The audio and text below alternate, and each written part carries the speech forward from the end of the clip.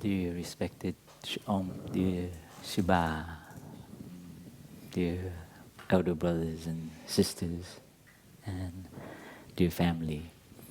I think today is our last day of the monastic retreat. I think it's quite obvious that everyone is feeling the synergy of our being together and practicing and nourishing our family. I think I look on the faces of all my brothers and sisters.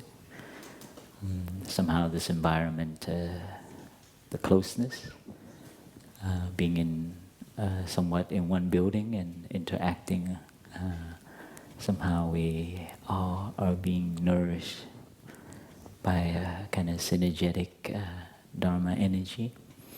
And this is something that's already good enough. I almost want to just say, that's good, let's go out and play. And but I feel the trust of the Sangha, trust of our elder brothers and sisters to allow our younger brothers and sisters to have a chance to share. Thầy Phap Dung didn't want to give a talk. He said, no, let the Sangha share and nourish the Sangha in a diverse way. He shares a lot, and I know that's his trust and also his generosity of being an elder brother and trusting in your younger brothers and sisters. So I feel that trust, and so I feel I'm up here kind of just contributing my part. For me, Dhamma talk is just like cooking, you just go in, you chow some stuff, and then the Sangha get to select and see what they need for the day. So it helps me not to take it too seriously. Like I don't need to take you to the ultimate and you get enlightened. Sometimes there's too much pressure to try to with that attitude. But here, to share you my experience, and we've heard wonderful talk already from Brother Phap, Sister Doangim, Sister Thongim, and the wonderful panel, the diverse panel. I can still see them, Sister Doangim, Phap Sahab, and Phap Liu. I love it. The image of diversity of our Sangha, each in our authentic way. Someone said one time, reflecting on the brothers and sisters of Plum Village, we were part of a panel on, I think it was psychotherapists or some medical retreat in Harvard or something, Columbia. And I remember one of the lay Dharma teachers said, because everyone answered very perfectly, like clinical, like his perfect answer. Then we had like Sister Chang Kong, Thầy Phap Ho, Thầy Phap Dung, Sister, and all the brothers and sisters, we answered like, very, and he said, everyone answer the doctors is like black and white TV. But when you hear the answer of the brothers and sisters from Burma, it's like color TV. It just shows we're not a clinical clean, and we each, from our own experience, share from our own insight and our own authenticity.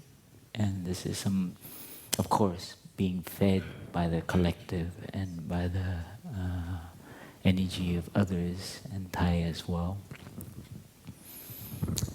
So this is a celebration, the diversity and the harmony of our community.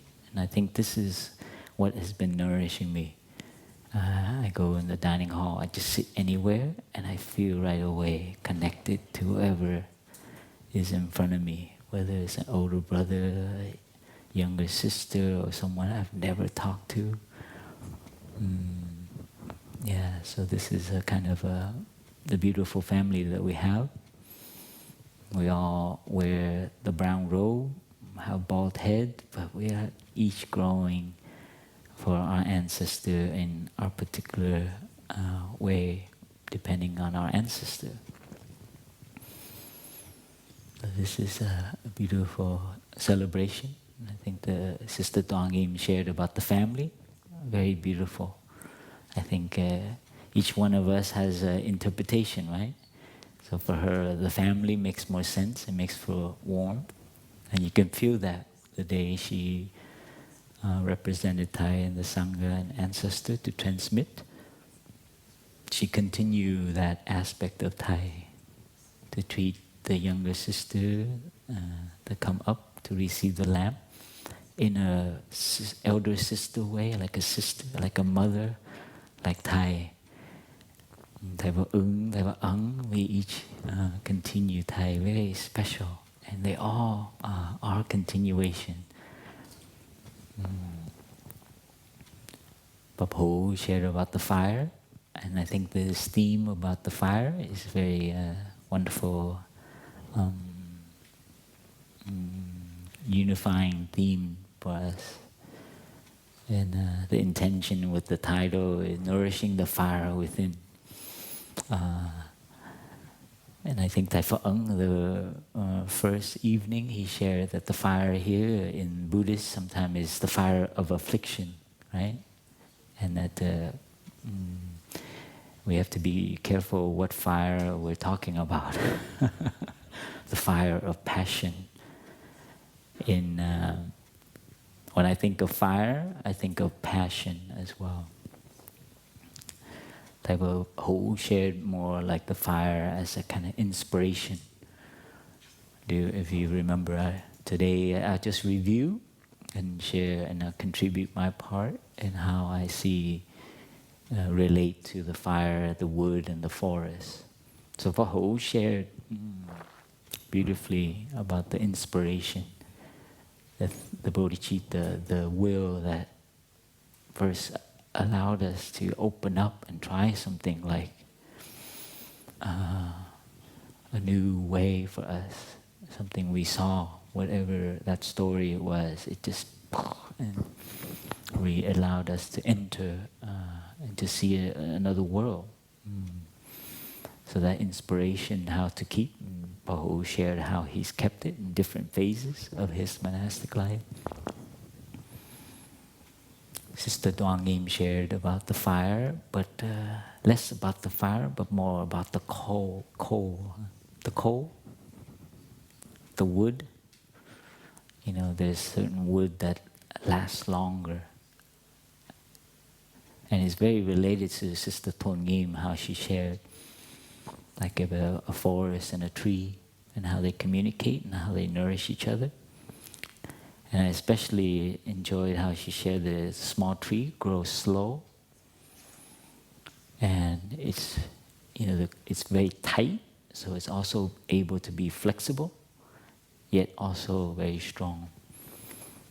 So you can see when you cut, you know, you see trees are cut, usually the center part is darker, it's tighter, and part of that tightness of the tree cells is the rough condition, as well as it grows slow.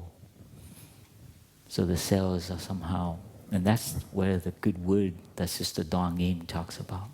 You know, the wood of oak trees, the lines, the rings, very small. If you ever go to Deer Park, you'll see. We have oak trees in Upper Hamlet. If you ever get to see, the rings are very tight. That is what makes good wood, and very regular. And I love what Sister Tuang Im shared about getting too much nourishment, too much water, and the tree grows fast. But that fast growth makes the wood very fluffy, not dense. So these are wonderful ways that our brothers and sisters have opened up and hint to us a little bit about our practice. Keeping the fire, what kind of wood.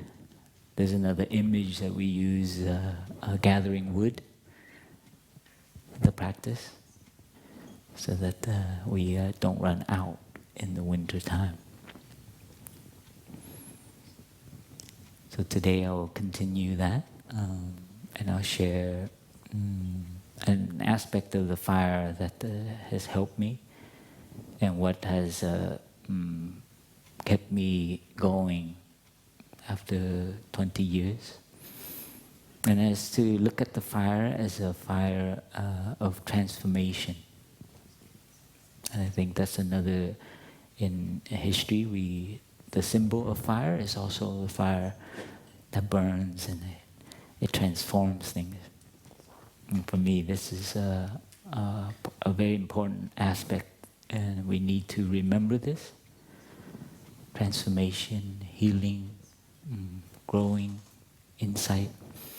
Insight is a kind of fire. So these kind of symbols can help us. For me, inspiration is nice to have, but don't depend on it too much. Sometimes you're inspired, but you cannot keep that forever. It's also impermanent. Some days you have to be very, it's not happening. And so if you rely too much on that energy, that's a very, it's always go get them, It's like the firewood that burns quickly, or the candle that is too quick.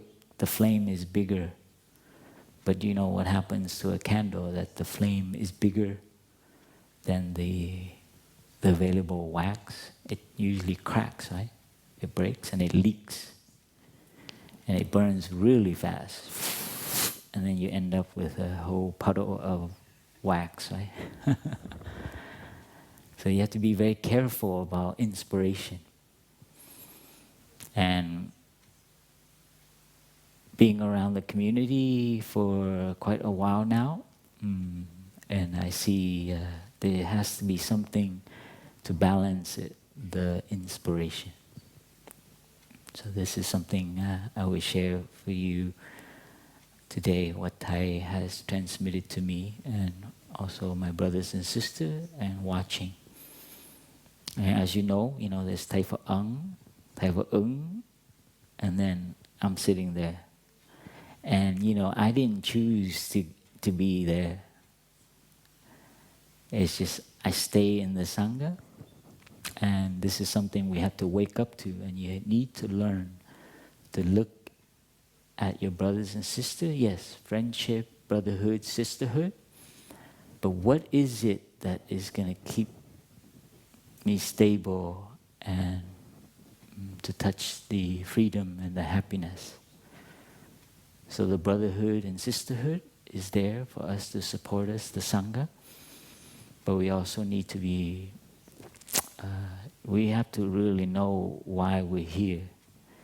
Not just as a monastic, but as a human species. What is our purpose? Today, I'll be a little biased about being a monastic. Is a very good opportunity to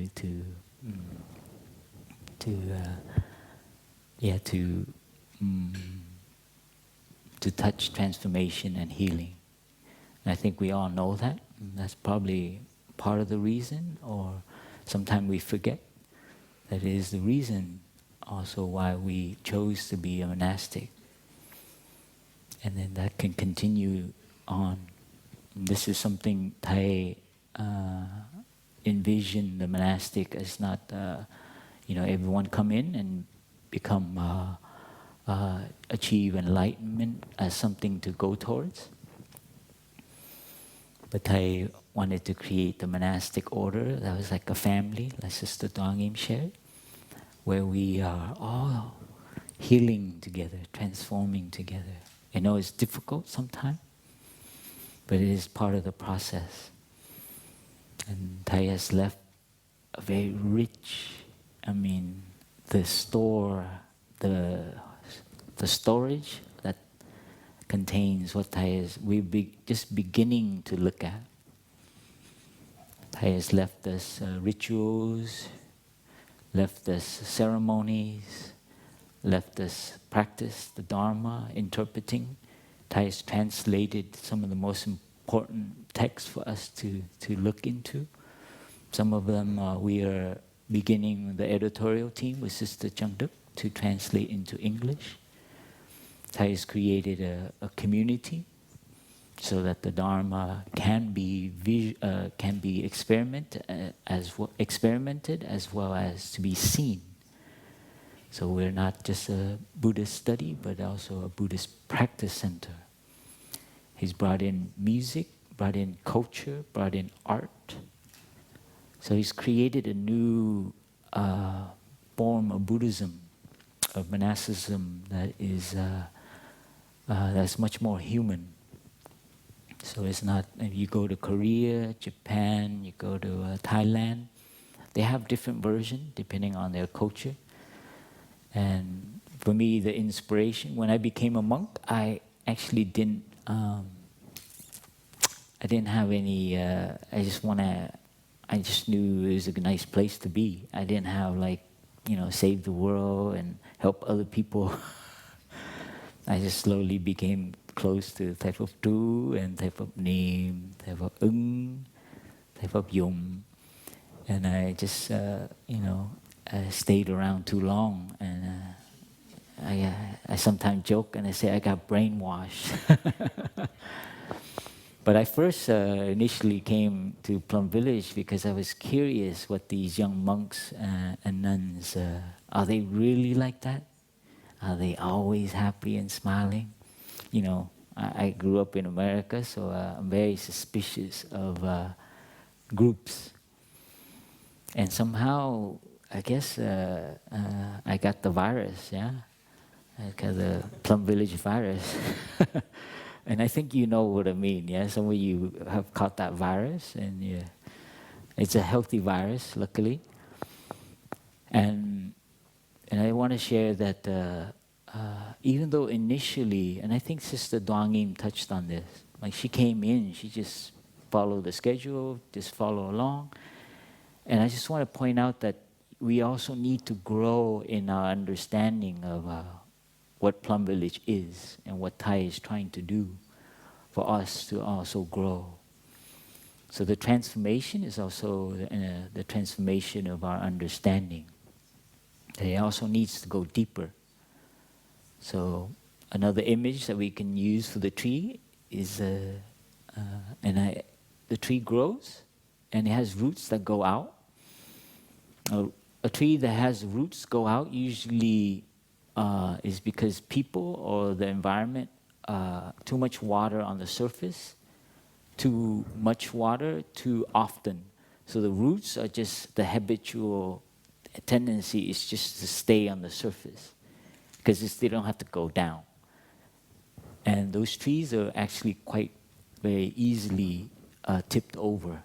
I think many of you have seen trees that when they trip over, all their roots are like that, and it's hard to find a kind of, what do you call it, I forget the name, but the main root. So we need to know and to understand and to really put our heart to try to understand. So the inspiration is there, but it needs to go, the roots also need to go down. And what makes the root go down for a tree is when it doesn't have water up here. It's challenging. So the tree needs challenge for the root to go down. I mean, I think Sister Tongim probably said the similar or same thing. And this helped me. I learned this in Deer Park because we lived in a very dry and tough, and so I learned about tree. And so two things. When there's not water here, and it's time for the tree to get root, to grow, and there's nothing, no water, the tree will help the lower roots to keep going. And if it keeps doing this year by year, these roots go down. So the difficult environment pushes the tree, or it's just necessity to grow deeper roots. And this is very equivalent to our understanding. When we suffer, and if we are not blaming anybody, if we really learn how to come back to our suffering, what happens? I think all of you know that it's because our suffering that we actually, talk less. We're less confident. I'm hoping this is correct. Of course, there's the other kind of suffering. You suffer and you kind of, But from my own experience, the suffering has allowed me to be less, to understand more about myself. And that's the deep root. The more I understand about myself, the more I understand about what this community is about, the more I understand about what this tradition, what Thai has left behind. So as I was living in Plum Village, this stuff started to happen. So Thai's aspiration, I began to see more. And from his teaching, I began to understand the role of the monastic in society. So my inspiration, it also grew. This is very important. So don't keep it at the inspiration, kind of like bodhicitta, like I'm in love. Don't just keep it on that level. Well, actually, you cannot keep it at that level. And you'll see if you stay long enough. Third year, doubt, stubborn. When's the next retreat? Can I go? And you suffer, and so on. So this deepening of our roots is very important. Another aspect is also to up above the trees. The young trees are, they have things to keep it stable. But after the first year, you need to take it off. If you keep the tie-ins for the tree, it weakens the tree. So the tree needs a little shaking. Pretty cool, I learned that. I mean, that's weather, okay? It's not humans coming to shake it. But there are certain things that make us kind of like unstable, right? And it's true. When you feel unstable, and if you know how to practice, you will touch something else besides, I'm doing okay, I'm doing great. If someone is doing great all the time, it's very fluffy. You will burn very quick. So this is my own experience of being in Plum Village, being challenged. When I first came to Plum Village, I was very, our family is an apple family. Sister Bingim is here with me, and we're part of the apple family. There were 9 of us. And I think for some reason, 9 was a lot of people, young people going to ordain. And so I think Thai overcome us, and the brothers and sisters kind of overcome us. They took care of us. They allowed us to do this. So we became our family. I think we were known to be, in English, the word is cocky. Very, how you say, loe. Tiếng Việt chắc là loe. Cây táo rất là loe gì đó. Le hả? Le. Thầy cứ giới thiệu đây là, người này, đây là người kia, cứ đứng lên miết. And we call overcome is like over cared, over spoiled, yeah. And so I think, and so I remember, bowing to everyone. Bowing. How come you didn't bow back? or you bow to Thai. Oh, Thai, I'm bowing to you. Yeah. I think Papa talked about the early days of coming in as a monastic. So when you're doing well, you just stay at that level. But I remember by second year after this China trip I had a first breakdown because I was just trying too hard to be an inspired monk. Always mindful. Thai, look at, eating, And so there's this kind of inspiration, and there's a lot of energy. You come in and you're very fired up, and you do a lot of beautiful, contribution, service. You're everywhere, serving everybody, and that inspiration. Again, yeah, is if we're not careful. So the suffering in my life as monastic has helped me go deeper. There's 4 elements, and I think you all know very well the 4 elements that we need to pay attention to. And this has helped me, and I've shared this many times, and you've heard Thai share, and it's even in a song. When I first learned it, and I paid attention to it throughout my life as a monastic. So besides the fire, we need to also nourish our mountain. So the inspiration is one thing, but also the mountain is also important. I think the brothers and sisters mentioned earlier is also your stability. That is more important. Is your steadiness and your ability to be solid. And we all have touched that. So it's not always jumping around, involved in wonderful project. It's also your solidity. Are your emotions up and down? I come from a family that had a lot of challenges between my mom and dad, and so I grew up very sensitive to disharmony. My mom and dad, we sit on the table, and I know right away that there's something going on, and it made me really, very sensitive to disharmony or conflict. And I have a habit of trying to harmonize to make everything okay in the family. So I remember when I first came to Plum Village, every time my elder brothers argue or they speak not so mindfully, I think it was the early Wild Wild West of beginning anew.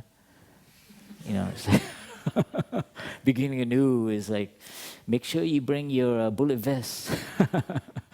I remember some brothers talk like that, make sure you bring your bullet vest, because it was the early days. You just imagine, Wild Wild West from America, huh?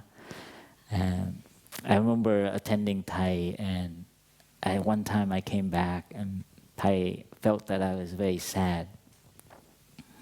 And I think he heard from somebody too that what happened in the meeting. And then one afternoon, Thai said to me, "You are con nhạy cảm quá, con đừng có đem mấy cái chuyện của các sư anh về nha." He said, "You are too sensitive, so don't bring your the work home. Don't bring the trouble back to your home." He said something like that, but I interpret it as that I'm bringing is in relation to work. Don't they say in America, don't bring your work home. So I think that's I was very unstable in terms of my emotion.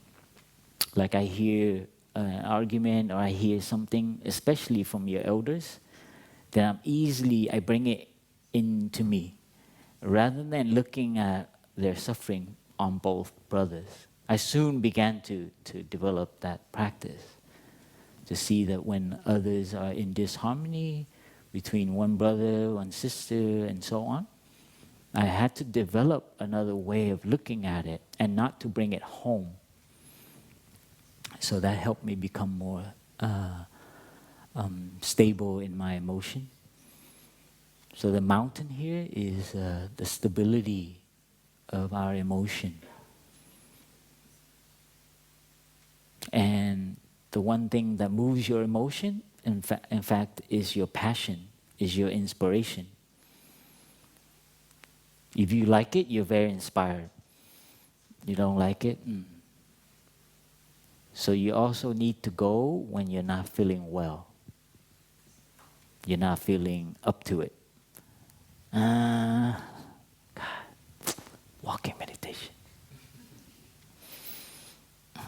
I mean, I'm having an apple in mindfulness. It's okay. I'll find a corner to eat my apple in mindfulness.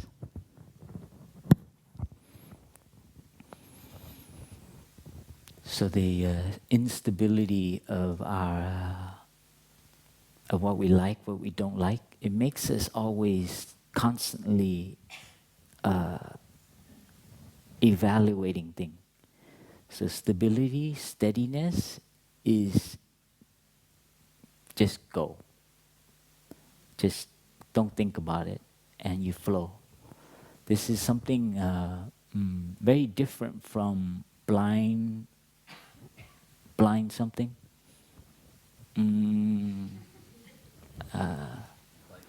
Blind faith, yeah.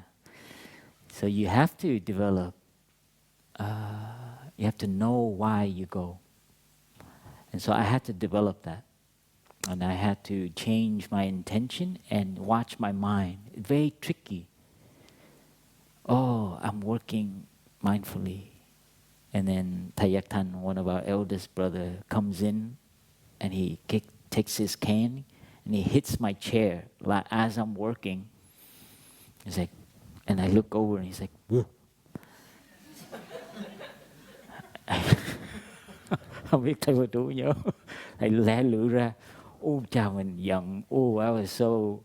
Because, you know, he knows this walking meditation. This is in Deer Park. And Thầy Phật Kham and I used to make the excuse that we are the new generation. We can do work and, you know, our capacity to do work mindfully is much... you know, the schedule is one thing, but, you know... So the mind is very tricky. So so I just want to share that, you know, those who are smart cerebrally, it takes a long time.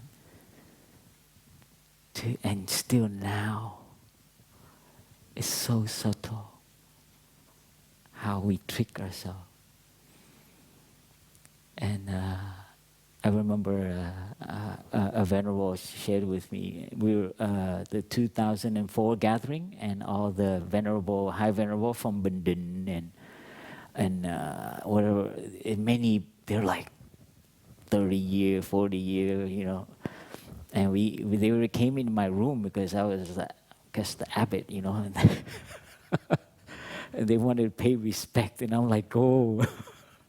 And they sit in this small room at the corner at Deer Park, and they want, you know, and I had to make them tea, and I was so nervous because it's so traditional. They come to say, they pay their respect to the abbot, and I'm like, I was so scared. And I remember they were all, and then there were all my other brothers who were in the room too. And one of the high venerable, I forget his name, but his face, he had like a big hair coming out here. Beautiful. You look at it, you know, it's like an oak tree. Yeah? And he was a medicine monk too. And he asked everyone to say how many year, you know, you've been the monk, and we're like, 6 months, 1 year. And then you get to them like 15, 20, 30, you know, it's like, and then it got to him and he said, we don't need to count. You know, it only count after 20 years. And I remember hearing that. I was like, 20 years and then you get to count. Wow. I was like, it just stuck with me, and I mean, it's not true, Thai teaches that we, present moment, we practice and we can offer, right? But somehow that stuck with me, and the more I am like 20 years or so now, and I understand why he said that. It's like I look back at my life as a monk, and I see that my brothers and sisters were so patient with me. I, even though I did good things for Thai and did good things for the Sangha, but sometimes it's not really for the right intention. It seems like it's the right intention.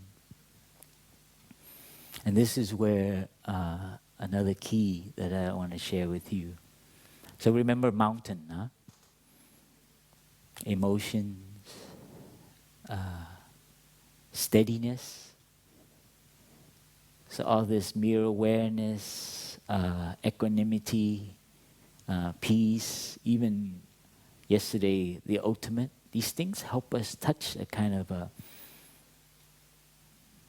So be careful of things that are like make you riled up, what we call the fire, the passion. Thai is very compassionate. He opened the door for us to play, to be joyful, to be happy, to break dance, to rap, to play guitar, to play volleyball, to make funny faces at each other, to even hit somebody and dance, just a yakim, So Thai just trying to create a kind of culture. Any community needs music, art, dance, celebration. But we also need to know the other roots as well. This is very important, so we don't just stick onto all this joy, fun. And actually you can't. And this is what I observed. You won't last very long if you just stay on that level. And so the three things that has helped me is, one, if you can imagine on the board here, I'm kind of lazy to stand up. Kind of nervous actually to stand up. Just imagine 3 circles. Right? And one circle is for our wounds. One circle is for our habits. And one circle is for our notion. This has really helped me out. And I have used this over and over again. And this is very important to the fire of transformation, fire of understanding, the fire of insight. So the wounds, we all have some.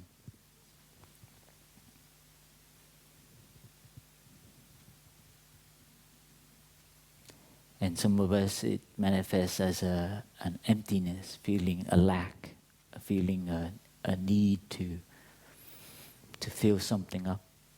Or it could be a wound from our childhood, from our parents, from our uncles and nieces, or whatever, relatives. So these wounds could be an emptiness, or we don't know. If you can't figure it out, it's a kind of emptiness. So some of it is identifiable. You can see it's a wound in your mind, like you can see a scar.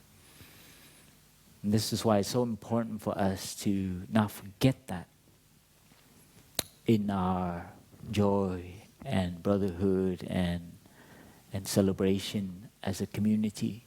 There's other things that's happening. And this is very healing as well. To play together is very healing. So these things interact. I think I need to draw it a little bit. Please allow me.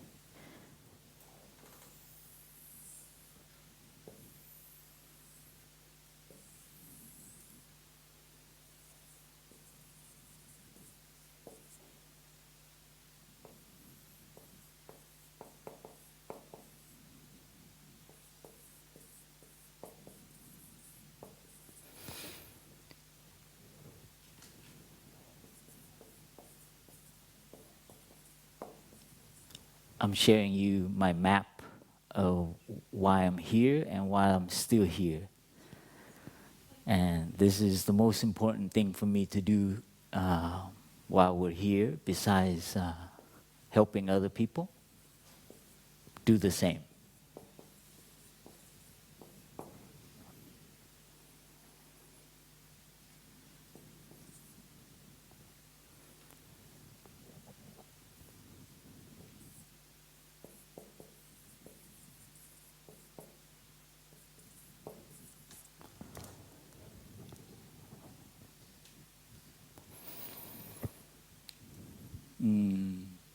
As I stay longer in the community, I see these things in me. There are wounds from my ancestors, my parents, my upbringing, and there's also habits. And the Apple family, we had a lot of habits.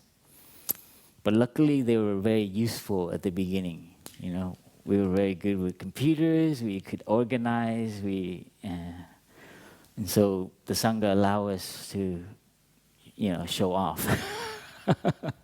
And it's very helpful, right? And that was very helpful. I mean, Thai gave me so many things to do, and he kept me quite busy, actually. But I remember one time, and I got into this habit of like getting acknowledgement. You know, Thai, you know what I did? Or like, somehow Thai would hear it, and it's like, I wonder if Thai knows. And so we do also a habit, and this comes from our culture and also our upbringing. I remember in Deer Park, and I'll never forget this, I was, there's a plaque of Thai's calligraphy. I think Sister Duangi made it out of cement. I forget what phrase it was. It was in Vietnamese. Kia. My Vietnamese, I just turned it off, so I don't remember. But I had to put it into a boulder, like a rock. And I remember spending a lot of time putting it into the rock and gluing it and stuff. I wanted to have it on a rock in Deer Park. And I remember working on it, and Thai walked by with all his attendant one morning, and I was working on it, and I knew Thai was coming, and I was like pretending, I was like, ah. And Thai just walks by, and I was like,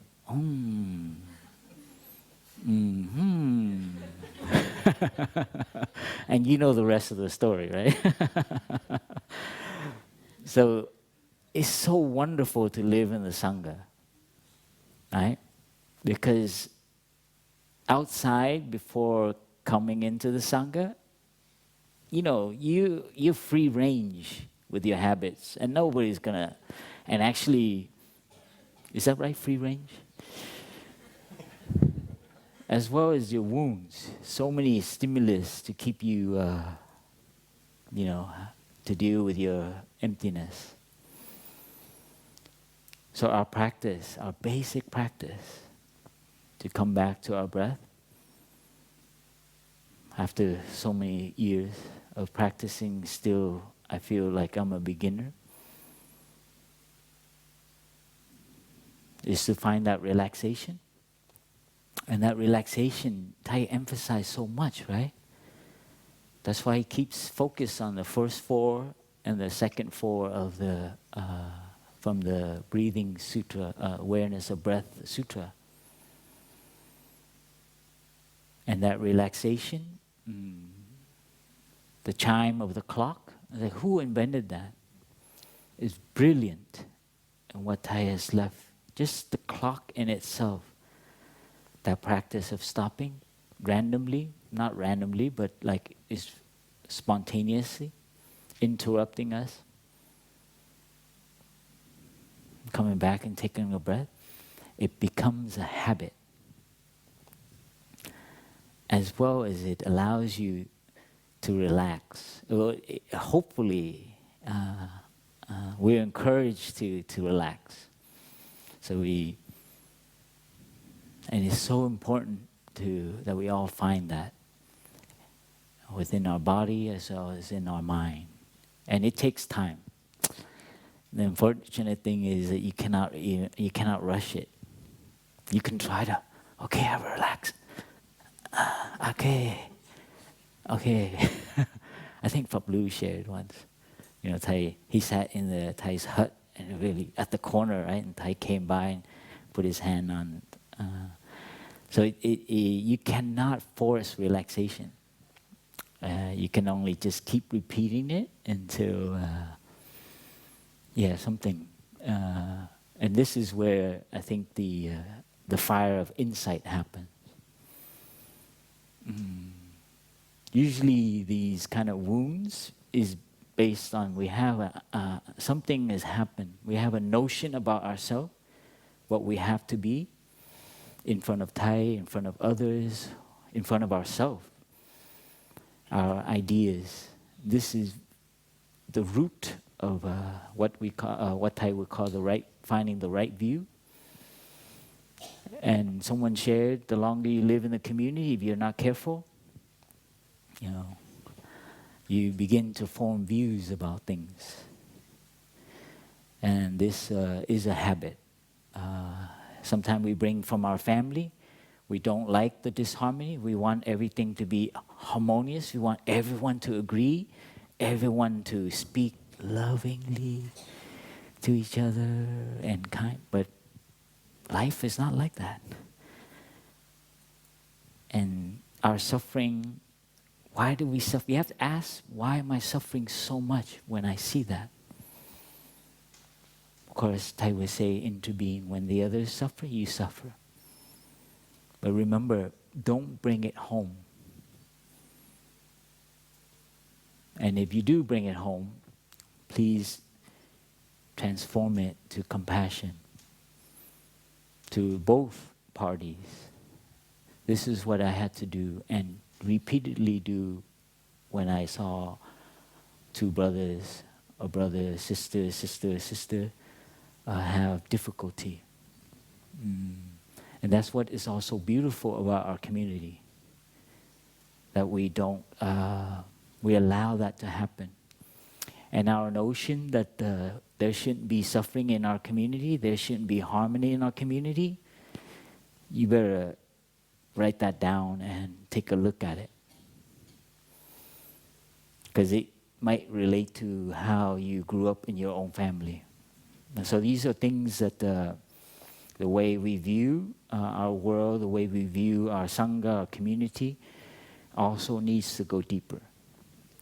And I think the key there is interbeing, compassion, non-dual. So these are the keys that help us. And Phap Lu touch also, don't be too sure. It's just a sign. These things that we ascribe to. So those are things very. If you know that you're here to do that, then the coming and going of brothers, it hurts. They need to. But remember, Sister Tongim's focus on the forest. Stay focused on the forest. Know that the forest. It isn't a coincidence that Thai, gave trees to our families. Family, the orange, coconut, what else? The beech tree, the oak tree. So we are planting trees.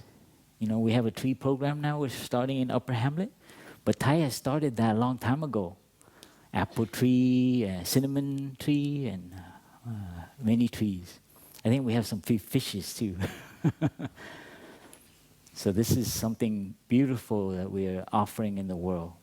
And this is very funny. I thought about, we had climate workshops and last autumn retreat. And I was in the water footprint and then carbon footprint. So we got to learn a lot and looking at our own community in terms of our water footprint as well as our carbon footprint and how we are using energy and affecting the world. And it was very beautiful.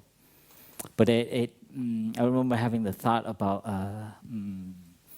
looking at us as trees, and what kind of imprint are we putting onto the world?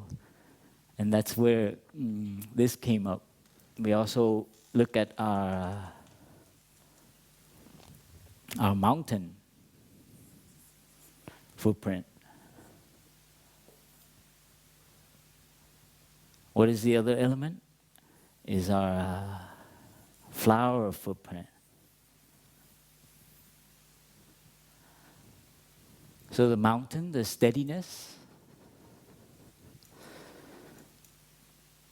the one way to gauge your practice is your steadiness. And another way is your freshness. How to know, how to generate a sense of happiness or a sense of a positive energy. I'm scared to use the happiness because we do have notions of our happiness. It's a kind of like being there. It's like children have that, And so the freshness is, and it's not, you ask the child who has that energy. Sometimes they don't say they're happy, but it's definitely, you can feel it. But sometimes when you use happiness, people have a notion of it and they want to be happy. And that's also, you have to be very careful with that. I was caught in that as a practitioner. Because you want to be happy, I thought the practice is to be happy, right? But very dangerous. And that's where the authenticity loses a little bit. Because sometimes you're not happy. So you need to return to other elements. Sometimes the freshness is not there. So you need other elements. So don't rely just on the fire. Of course, the fire, your bodhicitta, why you're a monastic, and so on. These two elements, very important. And of course, the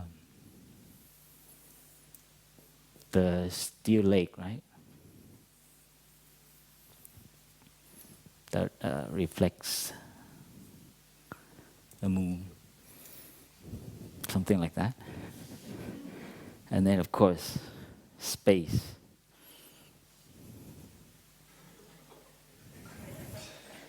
Yeah, there it is. I'm afraid to draw space. Oh, there's a circle. Okay, it's somewhere there. Sorry, we were in an art workshop. So nourish the fire within, nourish the mountain within, nourish the flower within.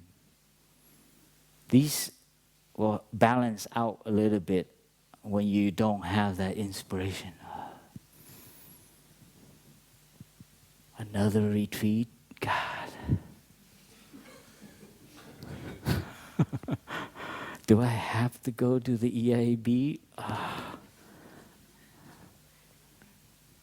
So you begin to see how your mind works. The stillness there, very important.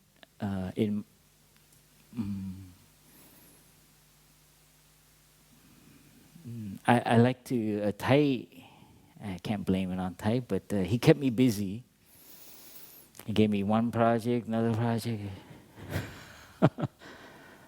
I think he probably was worried that I'd get attachment or something.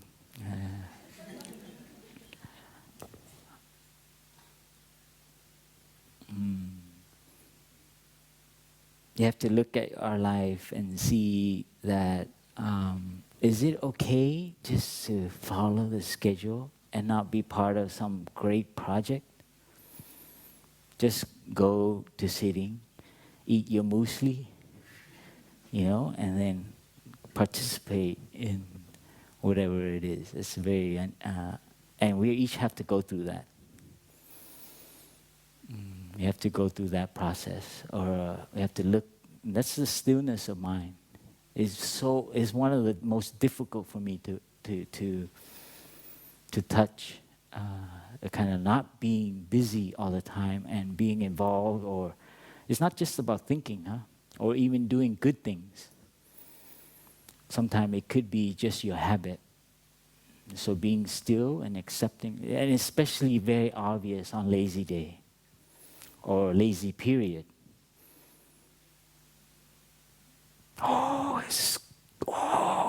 Let's go, yes. Or like even, like, I'm gonna go find that forest, that quiet forest, yes. It's gonna be so quiet, away from everybody, and I can journal. And so the busyness is very tricky, huh? Did you ever think like that? So the stillness is it's doing that what is you resist to do, and you gotta keep doing it until it becomes natural. Sitting, yeah. Even making tea is you can see whether you're still or not. Making tea, is you always it's very busy tea making. Yeah. Pour the tea. So the stillness can be found in the activity. That's the trick. And to keep doing it until you have to train these things. They don't come naturally, because we all have certain amount of energy from our ancestor.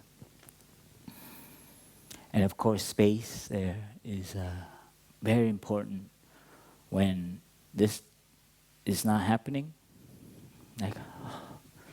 And I went through a depression period as well, and nothing works. The lowest point of that depression is that I couldn't look at myself or feel worthy to shave my head. You don't know what that feels like, but some of you might. Feeling guilty, feeling ashamed, feeling, why am I not happy? All the conditions are here.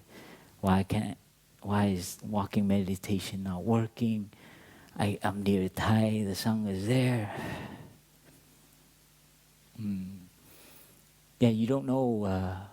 I think it came a lot from my striving, trying to be perfect, trying to prove something. I think I lacked my father's love and attention, so I brought that with me. And so this is something liberating. When you're still enough, when you have enough space, that's why we're here. Of course, we do retreats, we have monastic retreat, we have brotherhood, sisterhood, we have things, the Sangha is there to support you always, they will never desert you, and everybody will eventually understand you. Yeah, these kind of. But the thing that has kept me, because I didn't come to the Sangha knowing this stuff. You each have to figure out from your own ancestor and that's why it's learning about Thai's teaching, very important. And Thais left us a very rich storehouse, and we're just beginning to harvest that.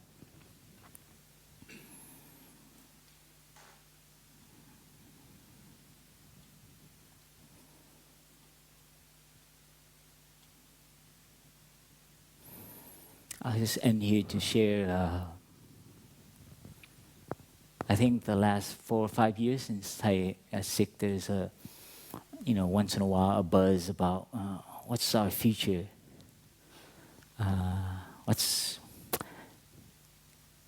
Those Dharma teacher. I can watch Thai's Dharma talk and be fine. So there's a kind of a little bit kind of like everyone's waiting to see what is the future of our community.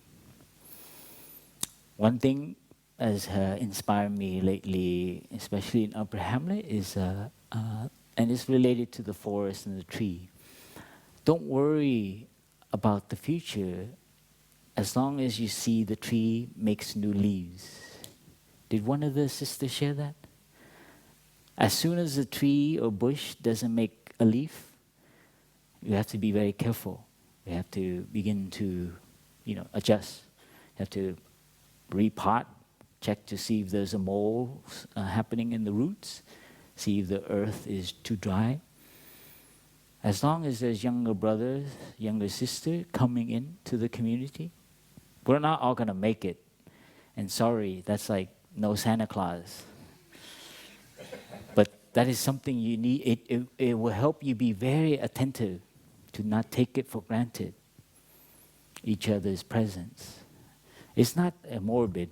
It actually helps me know that this is not for everyone. But those who are here, we hold together.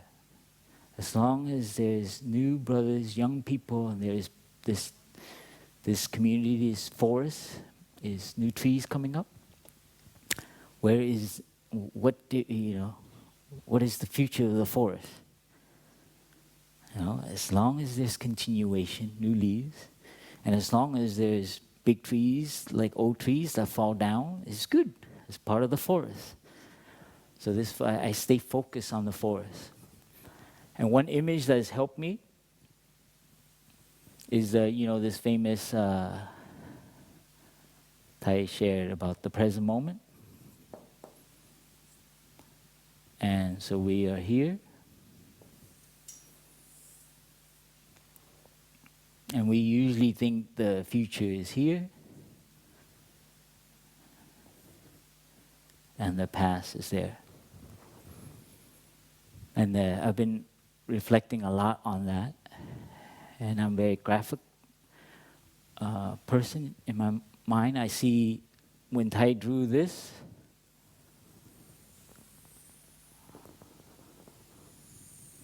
I remember having an aha moment,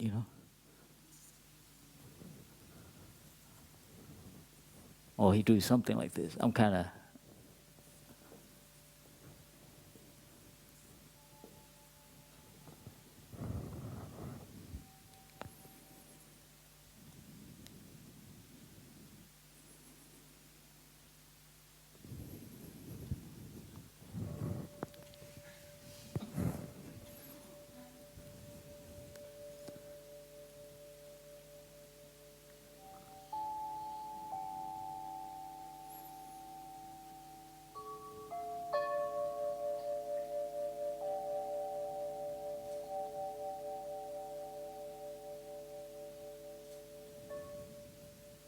That's from Upper Hamlet. We have a chime there. This tells me I wrap it up.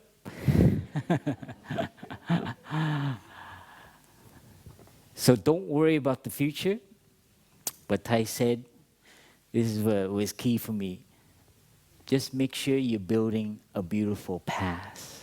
Oh, I was like, I'll never forget it. Just make sure you're building a beautiful past. This week is eternal if you know and you remember it. Mindfulness is also remembering. But when you forget your time here at the AIB, then you will not know your future. So in the present moment, what we are responsible for is to make sure whatever we do, whatever we think, is making a good memory. Oh, wow, look at that. You have an interaction with the brother at breakfast. And you remember. And I learned this from Phap Dung. You need to imagine a little bit. Of course, don't try to remember everything. You will go crazy. But you understand this trick? And this is very important to our healing as well. Something has happened in the past, but it's not. You keep carrying it with you like an ocean. Something is ingrained in your body as a habit, a twitch, a tightness, and you carry it with you. And the present moment is an opportunity for us to recognize it. You carry a wound, and it keeps going. And each time you recognize it, when the clock chimes,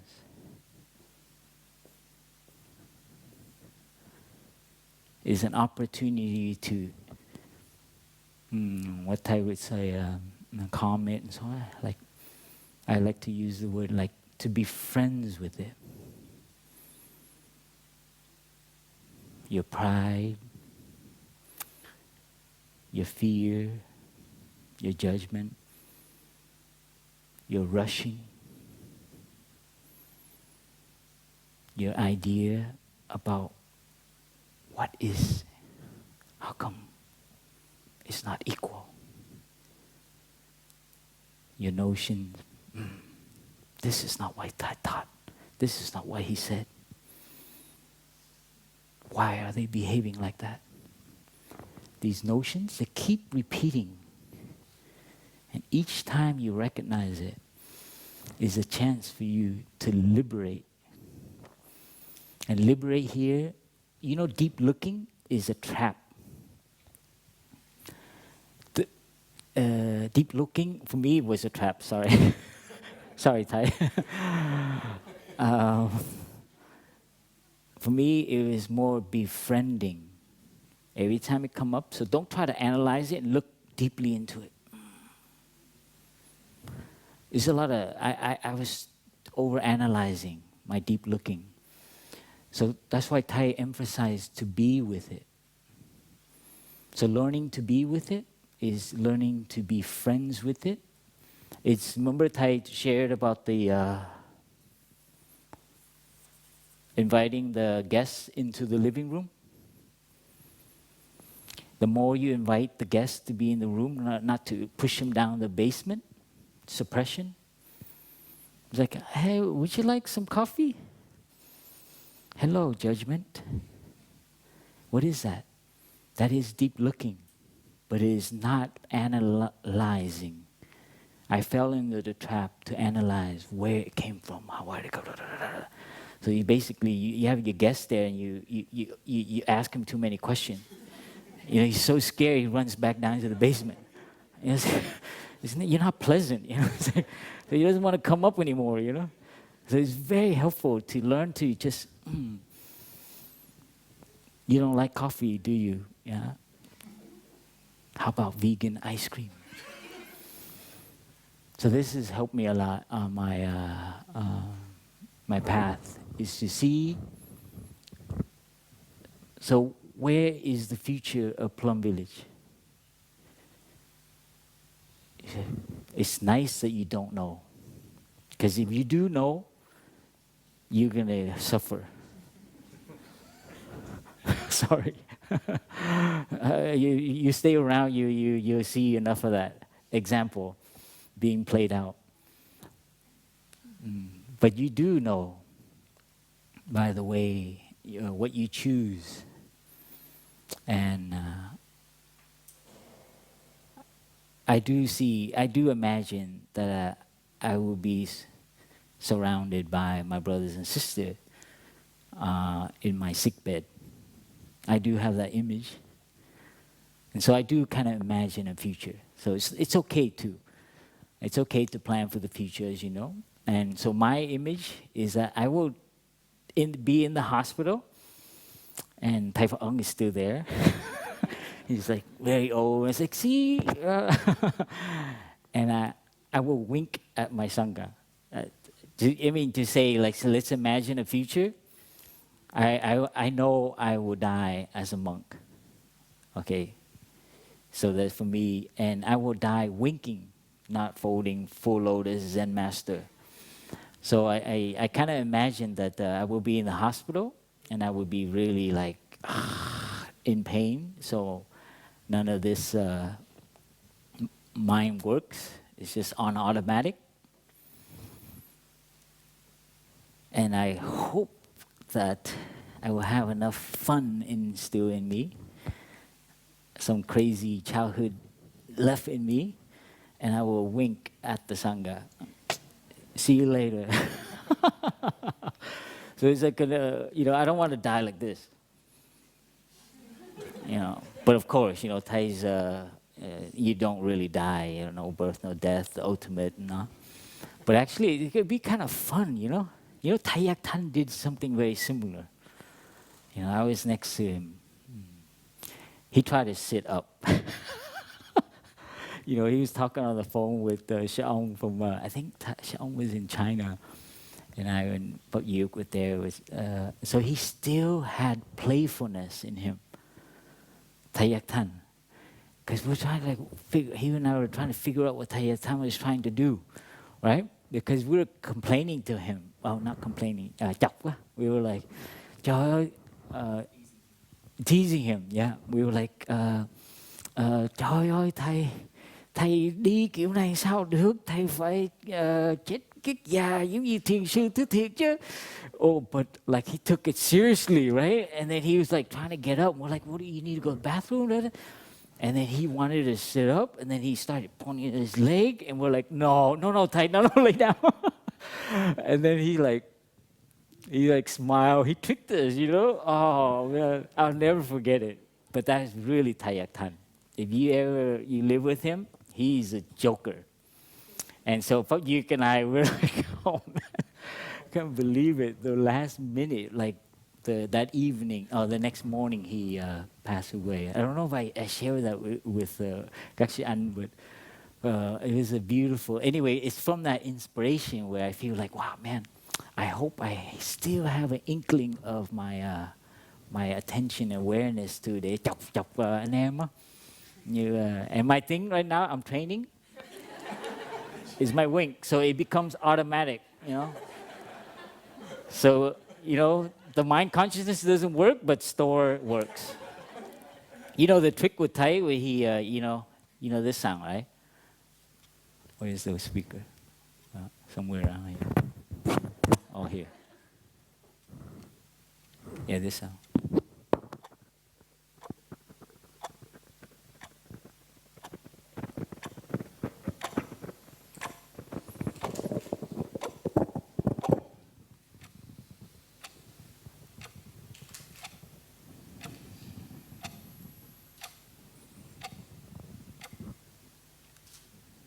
I apologize for those who are annoyed by clock click ticks.